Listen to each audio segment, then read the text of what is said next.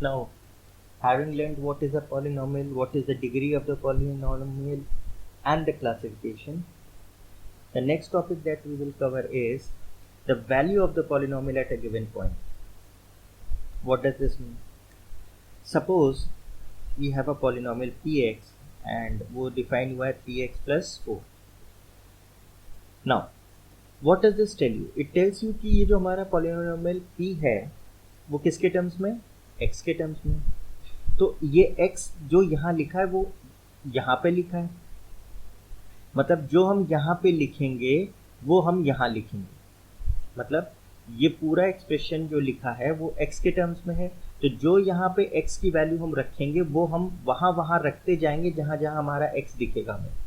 तो for example अगर मैंने कहा p1, मतलब हमने x की जगह क्या रख दिया, x की वैल्यू क्या रख दी, 1 रख दी. अब हमें राइट साइड पे जहाँ जहाँ x दिखेगा वहाँ हम क्या वैल्यू पुट कर देंगे, x की जगह 1 कर देंगे.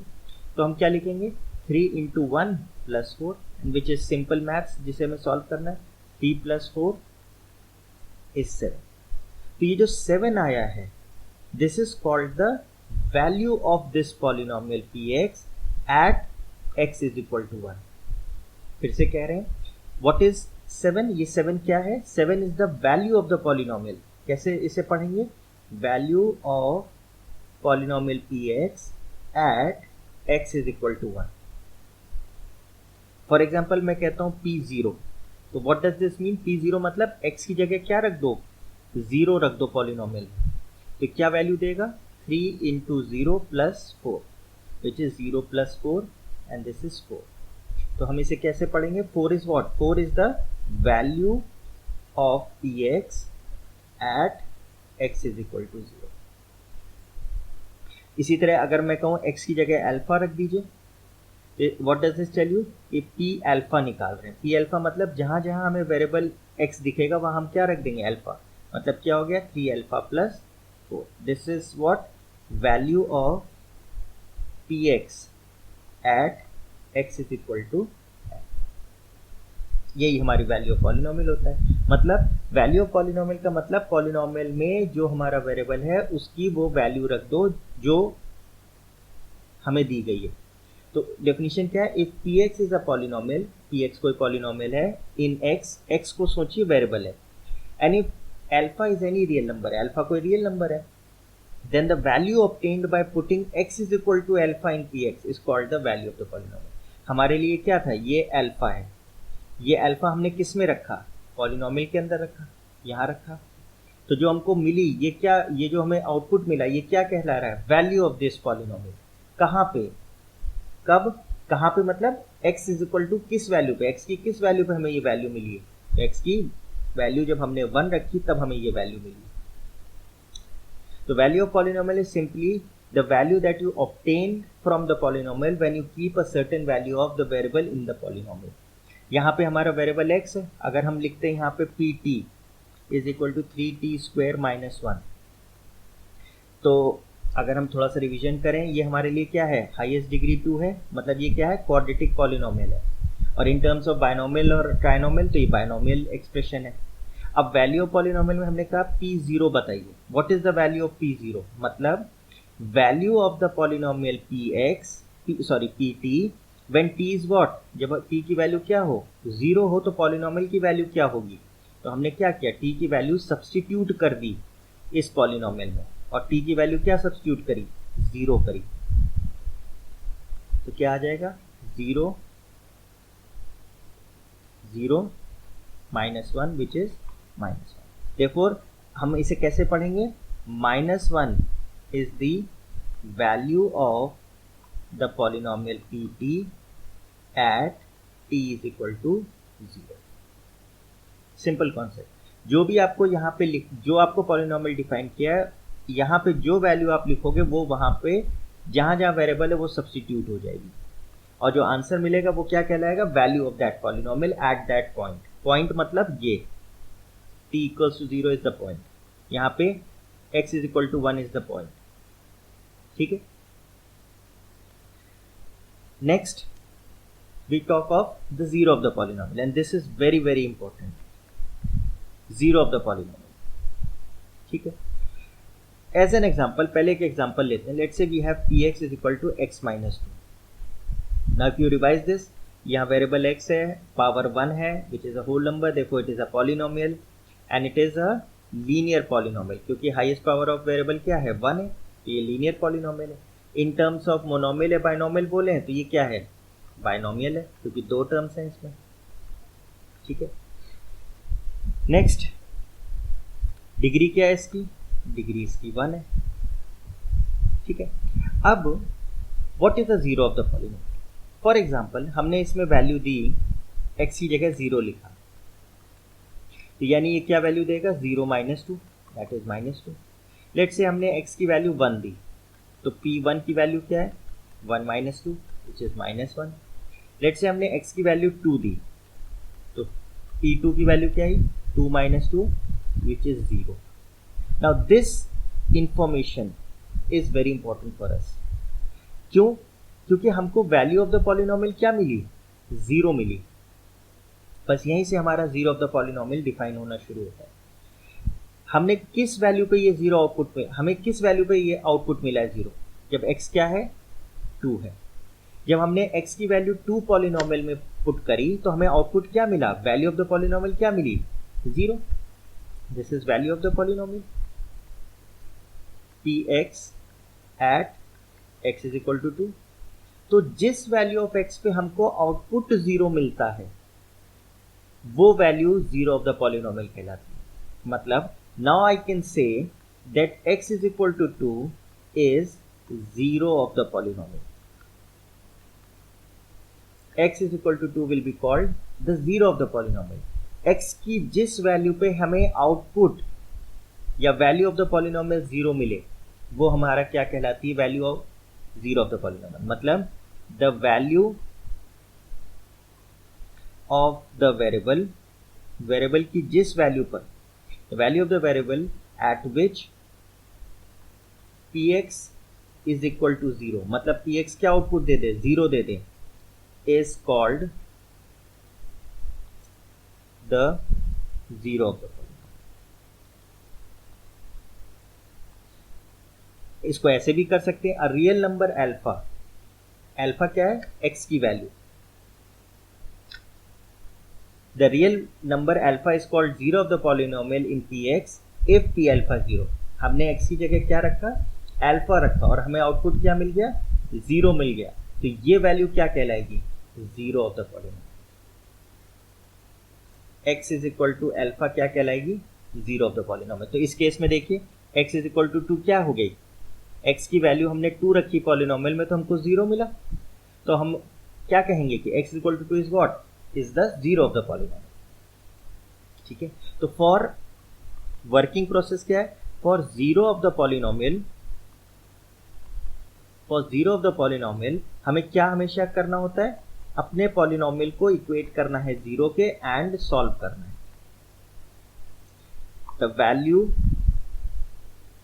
या वैल्यूज ऑफ द वेरिएबल, इस केस में तो x है, द वैल्यू या values of the x are called the zeros of the polynomial.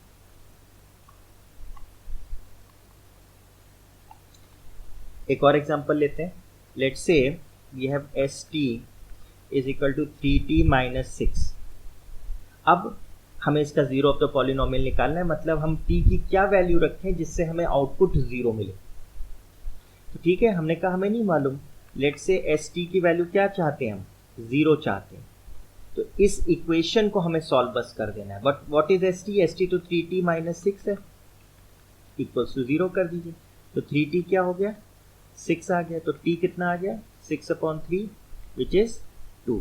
तो मतलब t is equal to 2 is the zero of the polynomial st.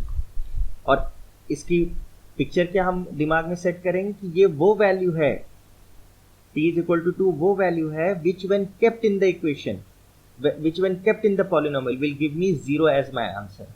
मतलब t को 2 रखने पे हमें आउटपुट क्या मिलेगा, वैल्यू ऑफ द पॉलिनोमियल क्या मिलेगी, 0 मिलेगी. तो कभी भी जीरो ऑफ द पॉलिनोमियल निकालना हो तो what you do is put your polynomial equal to 0 and solve it.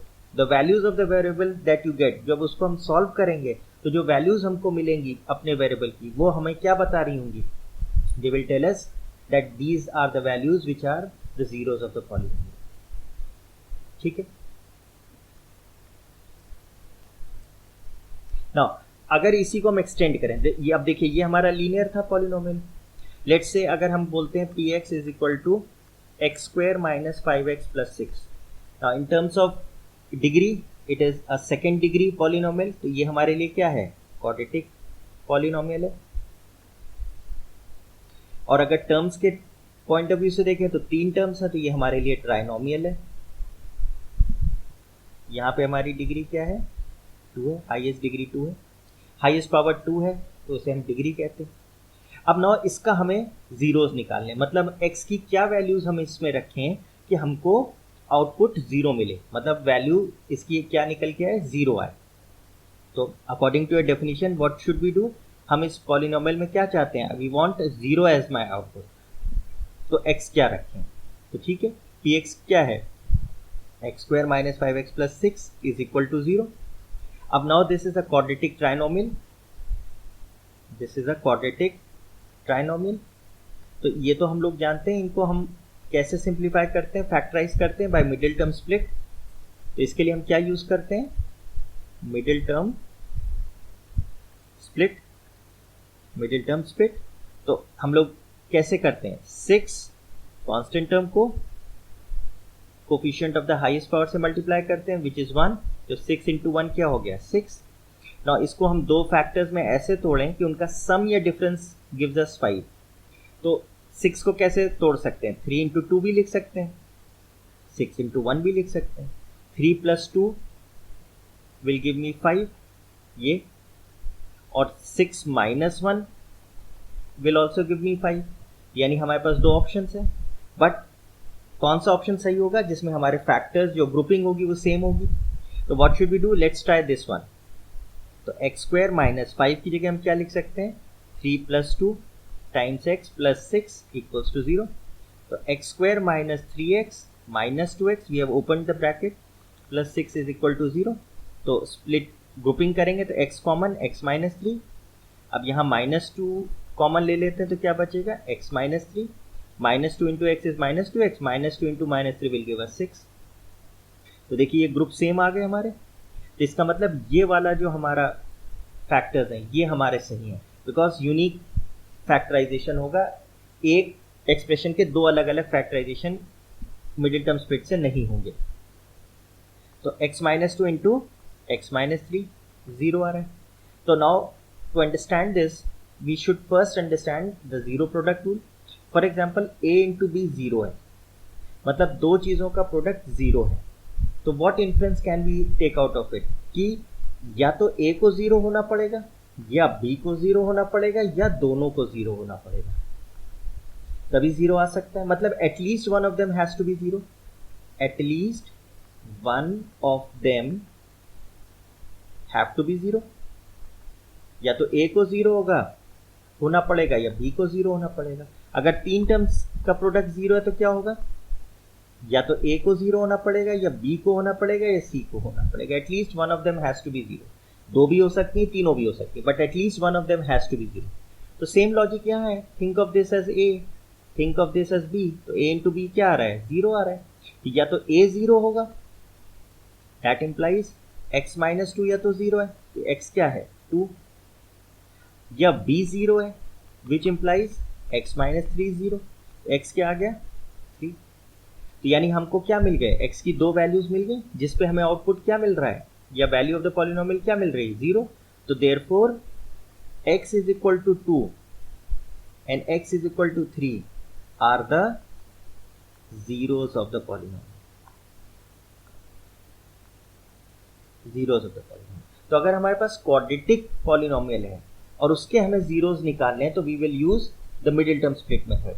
We'll convert this into two factors, factorize it into two factors, और इंडिविजुअली दोनों फैक्टर्स को हम इक्वल टू 0 करके zeros of the polynomial निकाल लेंगे। Let's take another example on this. Let's say we have px is equal to, let's say 4x square minus 1। Obviously this is a quadratic polynomial, अब हमें इसके zeros चाहिए, तो what should we do? For zeros of P X क्या करना है हमें? P x को किसके बराबर कर दें? जीरो के बराबर, बिकॉज हम जीरो आउटपुट चाहते हैं। तो एक्स की जो वैल्यूज निकल के आएंगी वो क्या कहलाएंगी? Zeros of the polynomial. तो ठीक है, 4x² - 1 is what? 0। Now in this case यहाँ पे x वाली टर्म तो है ही नहीं, तो यहाँ मिडिल टर्म स्प्लिट करने की जरूरत ही नहीं। What should we do? 4x², ये 1 को हम राइट साइड ट्रांसफर करेंगे, तो ये +1 हो गया। x² क्या हो गया? 1/4, and we'll take the square root. x क्या आ गया? +-1/4 का स्क्वायर रूट, विच इज +-1/2, यानी x is equal to half and x is equal to -half are what? Are zeros of the polynomial px. ठीक है?